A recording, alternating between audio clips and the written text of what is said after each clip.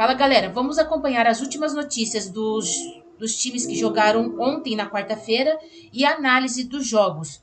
O Palmeiras, que venceu o Inter por 1-0, Corinthians, que perdeu por 2-0 para o Fluminense, e a goleada do Flamengo sobre o Juventude por 6-0. Vamos ver a análise dos comentaristas e as últimas notícias. As últimas aí pelas informações, bom, vamos aguardar aí o que é que vai acontecer com o Caleri, que coisa, né? E o dia tá muito nervosinho.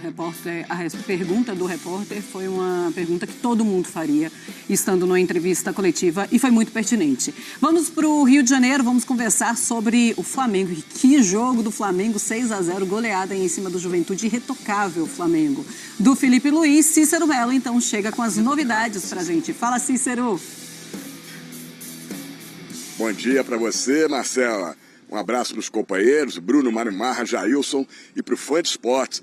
A torcida do Flamengo está feliz da vida, né? Até muita gente usando aquele jargão das peladas, né? 3 vira e 6 acaba. Brincadeira de torcedor, uma grande atuação no Flamengo. 6-0, não deu nenhuma oportunidade de reação ou mesmo de fazer um jogo mais duro para a equipe do Juventude de Caxias do Sul. A nota baixa foi a presença de público, muito abaixo daquilo que o Flamengo vinha realizando no ano passado. Apenas 31.445 torcedores presentes ao Maracanã. Houve um protesto da torcida rubro-negra contra os preços do ingresso muito caros, 50% a mais na média do que no ano passado, por isso 2 setores fechados, o leste superior e uma parte do setor sul. O Flamengo, inclusive, levou uma faixa dizendo ingresso caro, arquibancada vazia, xingando o BAP, o presidente do Flamengo. O Flamengo está acostumado a jogar com o Maracanã sempre na faixa de, no mínimo, 50 mil torcedores, né? O Flamengo que teve aí o Pedro, grata surpresa, foi o Pedro voltando, segundo jogo dele, depois da séria cirurgia que ele fez no joelho, ficou 7 meses sem jogar. Ontem entrou no segundo tempo e fez 12 minutos do segundo tempo que ele entrou, ainda fez 2 gols. Um de cabeça, bonito, e o outro de pênalti, que ele mesmo sofreu, bateu o pênalti, o goleiro defendeu, deu rebote e ele acabou de carrinho fazendo o segundo gol. Bruno Henrique só entrou em campo aos 35 minutos do segundo tempo. Vamos então ouvir o técnico Felipe Luiz falando dessa goleada do Flamengo. Bom, eu estou muito feliz pela vitória, pelo resultado, pela eficácia, né, que fala, né? Que vocês cobram tanto. Mas eu não me iludo com o resultado, eu não me iludo com nada disso. Eu sempre, quando eu analiso, eu tento colocar o resultado de lado, né, independente da vitória ou da derrota. E hoje, os gols que a gente fez cedo nos deram esse poder, essa confiança. Eu pego os jogadores que estão saudáveis, mas o que eu sim sei é que o Pedro, na lesão anterior, voltou em 6 meses, e não em 9. E nessa aqui ele voltou em 7. 6,5 e 7, uma coisa assim. Claro que falta ritmo, falta algumas coisas nele que ele vai pegar conforme ele vai treinando e com a minutagem em campo, né? Então, não sei ainda se eu posso. Acho que não posso colocar ele titular. Pedro não pode jogar titular ainda. Acho que tem que ter uma progressão.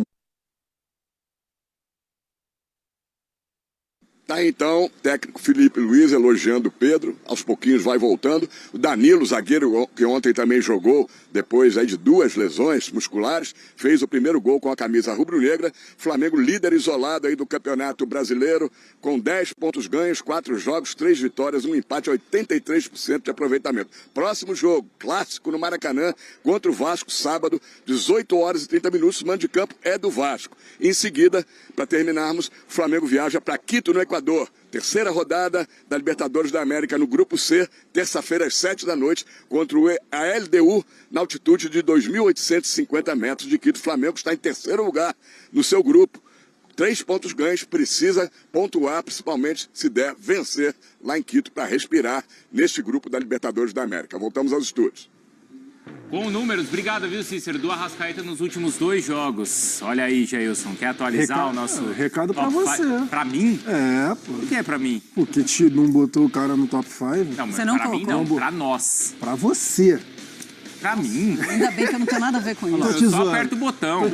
Tô brincando. Não, eu tenho nada a ver com isso. Aí, ó, Graças isso. Dessa vez eu não tenho culpa. Não, os indicadores, ó. Só o quinto em minutagem, mas é o primeiro em finalizações no alvo, chances criadas, cruzamentos. Não, o Arrascaeta no nosso ranking Estava no top 5. Estava sim Isso no aí. top 5. Mas assim, se formos fazer agora, é top 1. É, isso aí. Camisa 10? Topum. É por aí, né? É o parado. Acabou a conversa. Pode ser, Acabou? então, amanhã o vencedor da semana, o Arrascaeta. É verdade. Olha aí, hein? Você, É um candidato. Você vai votar por mim, então. Eu não estarei aqui, mas o meu voto já está declarado. Então, Então, é. Quem estiver aqui vota por nós. Pode ser ele, pode ser o Flamengo, não pode, Geilson? Pode ser, pode ser. Coloca Pode o Flamengo, ser, coloca o Felipe Luiz, coloca o Arrascaeta, coloca o Pedro voltando com 2 Também, gols. Pedro é Ou bom, seja, hein? quando eu falei que o Flamengo é irretocável, é irretocável. É aquela noite que o torcedor vai se lembrar, pena que não tinham muitos torcedores se Sabe que assim, uma coisa muito... que a gente falou... Gente, já parou para pensar que o trabalho do Felipe Luiz como técnico profissional de futebol e trabalhando no nível profissional, não na base, 8 meses? tá só começando. 8? Aí ele perde semana passada um jogo de Libertadores em casa. Claro que não tem que perder. Menos até Claro que que não foi do jeito, né, assim. Mas tudo ainda é muito no início. É a primeira derrota. Ah, e na Segunda última derrota? entrevista, Segunda hein, derrota. Marra, na última entrevista ele precisou falar, pessoal, eu vou errar. Vai ter dia que eu vou errar. Eu não sou o novo Guardiola, lembra? que Ele falou que o Flamengo vai errar, que os jogadores vão errar e que eu vou errar, porque ele não E tem ele, como também ter 40 jogos. e ele também assumiu que ele errou. Assumiu. Em relação a... Então, ontem, inclusive, eu lembrei disso. Que a gente estava conversando aqui sobre questão de poupar ou não, de minutagem. Sim. Ontem ele tirou o Pulgar no intervalo. Por quê? Porque ele tinha feito os 3-0 Isso. no primeiro tempo. Que é justamente o que a gente conversou aqui, de entrar com o time principal e se você precisar controlar, né, fazer aquele controle de carga, você faz já com o placar a seu favor. E foi isso que fez. O Flamengo ontem não deixou o Juventude respirar. O tempo todo em cima. E quando eu penso no jogo do Central, Córdoba, é estranho, porque o que acontece ali é muito esquisito, é muito estranho, é muito diferente do que conseguimos ver em todos os jogos do Flamengo com o Felipe Luiz. E o Juventude, pelo que apresenta nos últimos jogos, é melhor do que o time, do que o Central. Córdoba. E o André Kfouri ontem falava de um erro de mobilização do time. Eu fiquei pensando, será que não pode ter sido isso? Uma mobilização que diminui ao ponto de você não estar completamente concentrado, mesmo que seja uma partida de Conmebol Libertadores? Pode ser. Concordo. Vem muitos Concordo jogos com pela você. frente, você, deixa eu tirar aqui o pé um pouco, daqui a pouco a gente vence essa partida e segue para a próxima, e não aconteceu. É que às vezes você vai com o pensamento, nosso time é melhor e a gente consegue ganhar a qualquer momento. E aí automaticamente você baixa a concentração. Ontem foi completamente diferente. Até falei com o Marra isso. Às vezes uma derrota que acontece que pode ser uma virada de chave até na temporada, porque ontem foi realmente um rolo compressor. Foi sim, o placar faz jus ao que foi o jogo. Logo no início da partida, Juventude tentava trocar 2, 3 passes e não conseguia. Não chegava perto de trocar 4 passes e nem chegar no campo de ataque. O Léo Pereira ontem e o Danilo na zaga, eles estavam jogando na intermediária do Juventude. Eles basicamente não jogaram no campo de defesa. Então o tempo todo, realmente todo mundo para cima, o Juventude mal conseguia respirar e foi lá a chuva de oportunidades que foram sendo criadas e aí o outro destaque, né, que não foram perdidas dessa vez. Que a gente também estava falando aqui que o Flamengo estava criando oportunidade e perdendo muitos gols.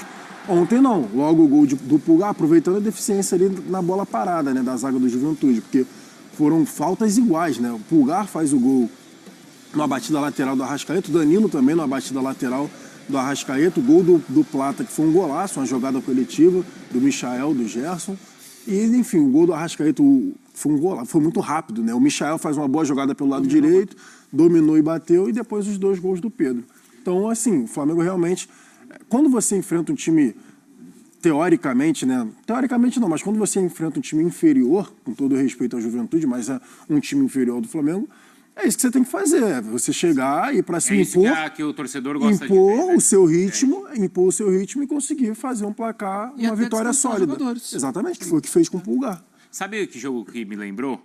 Que tá guardado nesse coraçãozinho rubro-negro? Flamengo e Goiás. Sim, do Jorge Jesus. Não lembrou? Lembro? Por quem? 5-0, foi? Não, foi 6. Foi 6 também. Foi 6 e e tem um personagem aí que é o Michael, que estava no Goiás naquela época. Sim. Não era? Não foi, Jailson? Foi um domingo de manhã. Foi a Foi um um. atropelo. Eu lembro. 6-1, E acho. não parava de fazer gol, né? Ontem também, não tira o pé em nenhum Lembrou? momento. Não foi a 1. Acho que foi 6-1. Foi um? Teve um gol? Pode Daqui a ter pouco a sido. gente Não lembro. Eu acho que vai foi confirmar. 6-1 e o Michael estava no Goiás. E aí foi dali até... Ele jogou tão bem, apesar de 6-1, que ele foi... Bom, ele fez um Depois, bom né? campeonato naquela época, né? Fez um bom campeonato. Naquele 2019. ontem- Foi naquele ritmo, Marra? É assim? Acho que sim. E é isso que o Flamengo tem que fazer. E eu acho que é mais do que os resultados, mais do que o resultado, o número de gols, o jeito que o time jogou, a seriedade que o time jogou e depois a quantidade de boas notícias, né? Recuperação do jogador, especialmente do Pedro, né?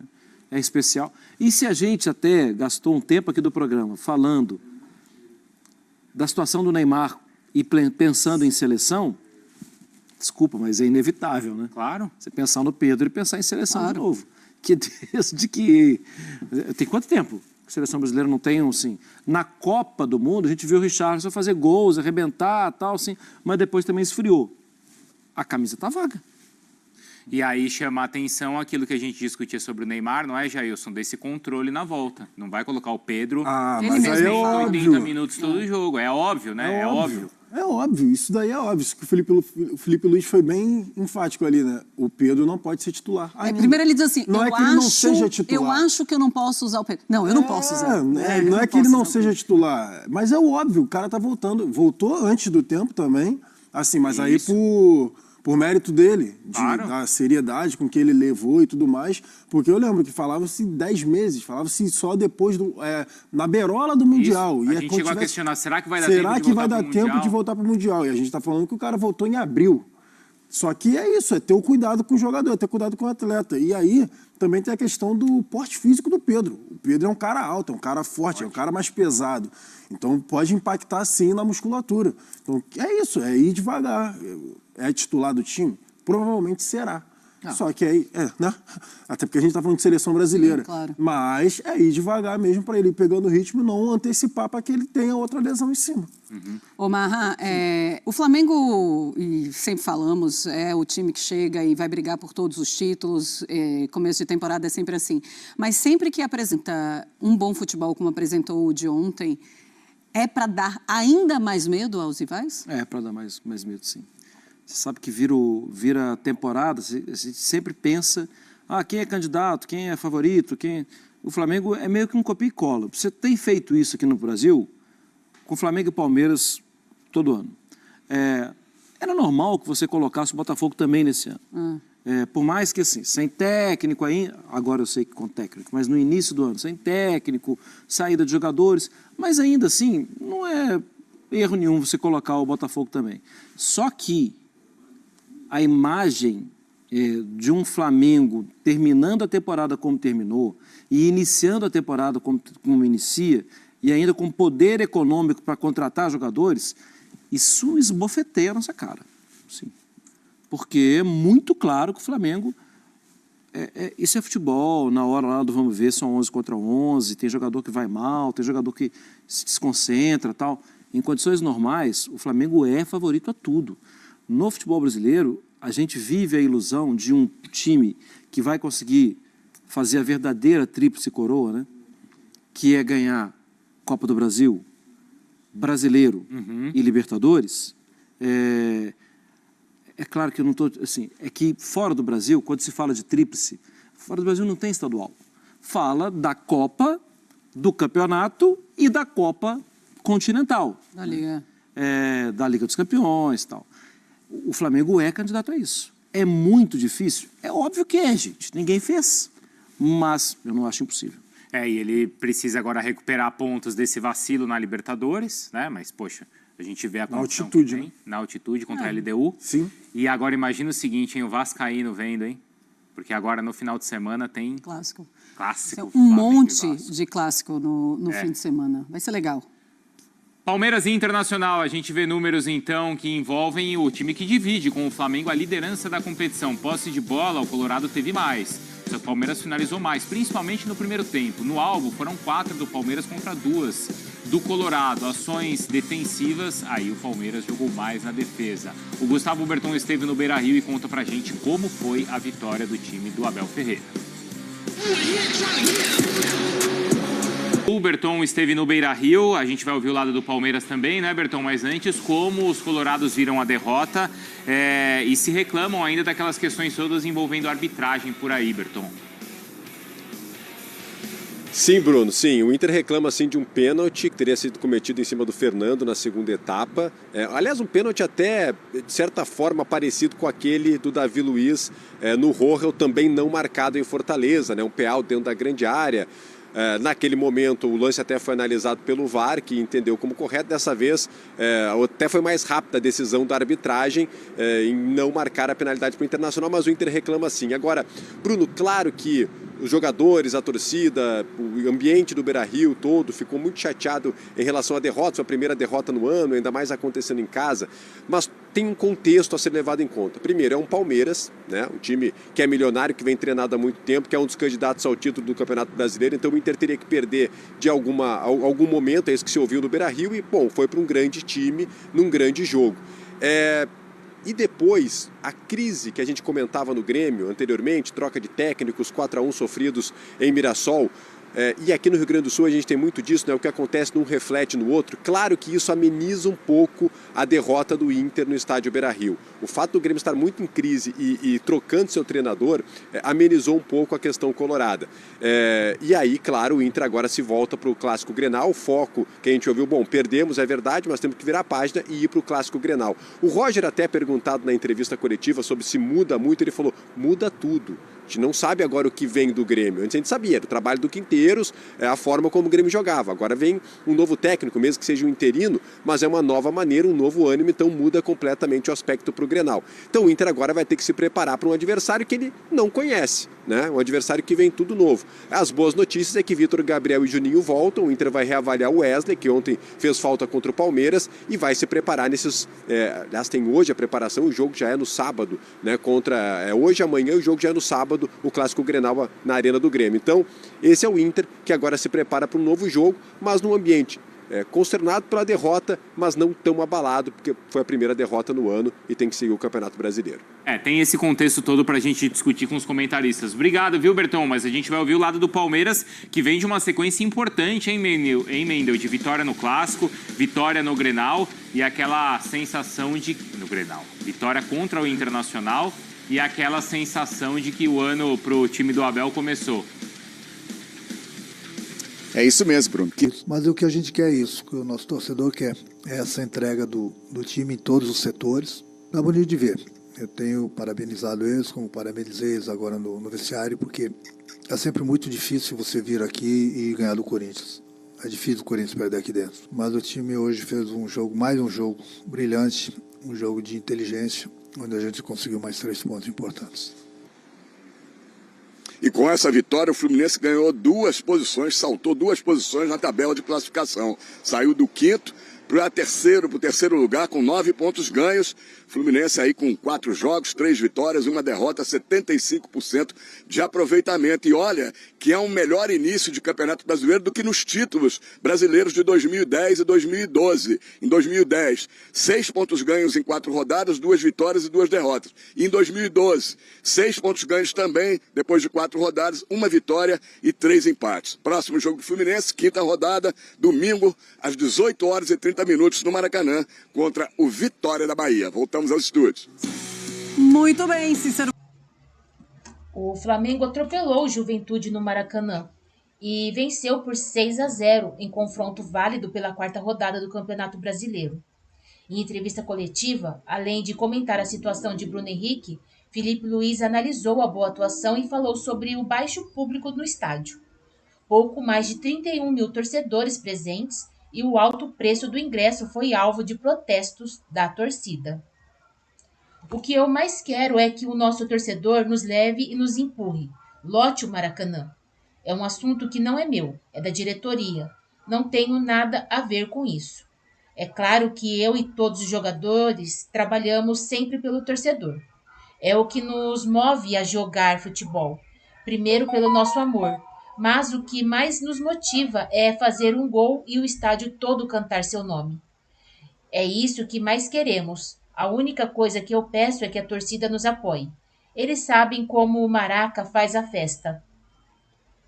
E completou: Você falou bem que sou um eterno torcedor, mas nunca pude participar no Maracanã antigo. Nunca pisei. Queria muito ter vivido isso como torcedor do Flamengo. Queremos muito que o torcedor nos acompanhe. Precisamos muito deles no estádio para performar. Os jogadores se motivam muito mais quando a festa é linda da torcida, finalizou o Felipe Luiz. Felipe Luiz valorizou a eficácia nas finalizações, visto que o Flamengo chutou 18 vezes e marcou 6 gols. Mas o técnico revelou que não se ilude com o resultado e afirmou que ainda há margem para melhorar o desempenho. Além disso, Felipe Luiz falou da recuperação de Pedro, que marcou os 2 primeiros gols após a grave lesão que o tirou quase 7 meses do gramado. O camisa 9 voltou a ter minutos contra o Central Córdoba, não saiu do banco contra o Grêmio e foi acionado aos 11 minutos do segundo tempo nesta quarta-feira. Os médicos que planejam os lesionados, eu pego os jogadores que estão saudáveis. O que eu sei é que na lesão anterior o Pedro voltou em 6 meses, desta vez em 7. Os dados, o doutor pode falar melhor do que eu, mas são mais do que seguros para nos dar confiança de colocá-lo em campo. Claro que falta ritmo e algumas coisas que ele vai pegar com a minutagem em campo. Não sei ainda, acho que posso usá-lo de titular. Tem que ter uma progressão, não sei. Agora que os jogadores estão sujeitos a terem nova lesão, não só ele. Todos que pisam no campo têm risco de arrebentar o joelho, de todos os times do campeonato. Não queremos que aconteça com ninguém, mas o futebol é risco. Quem entra no campo está correndo este risco. Eu mesmo quebrei as 2 pernas e estou aqui, comentou.